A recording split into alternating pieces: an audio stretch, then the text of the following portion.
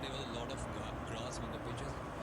Ball was having extra bounce and at times it was skidding. So it was coming out good on coming nice on bat, but at the same time it was an extra bounce that we have to keep in mind. Although it's I think it was a 150 or 60 would be a good pass score on this track. All right. So that was Piyush for you, who played that very handy knock of 54 of 38 deliveries. And the wicket falling. And the wicket falling. We'll have a look at it yet again.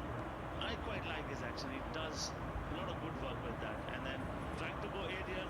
Good running catch there. Made it look easy. Another wicket falling. They have been dented even further.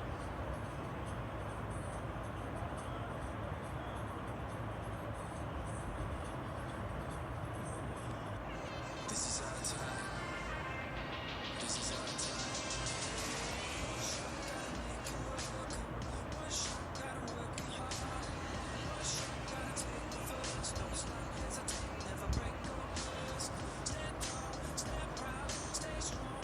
Gotta give it all of what you got. This is our time. This is our time. Never give up, keep going. Fight for the glory. Fight through the pain.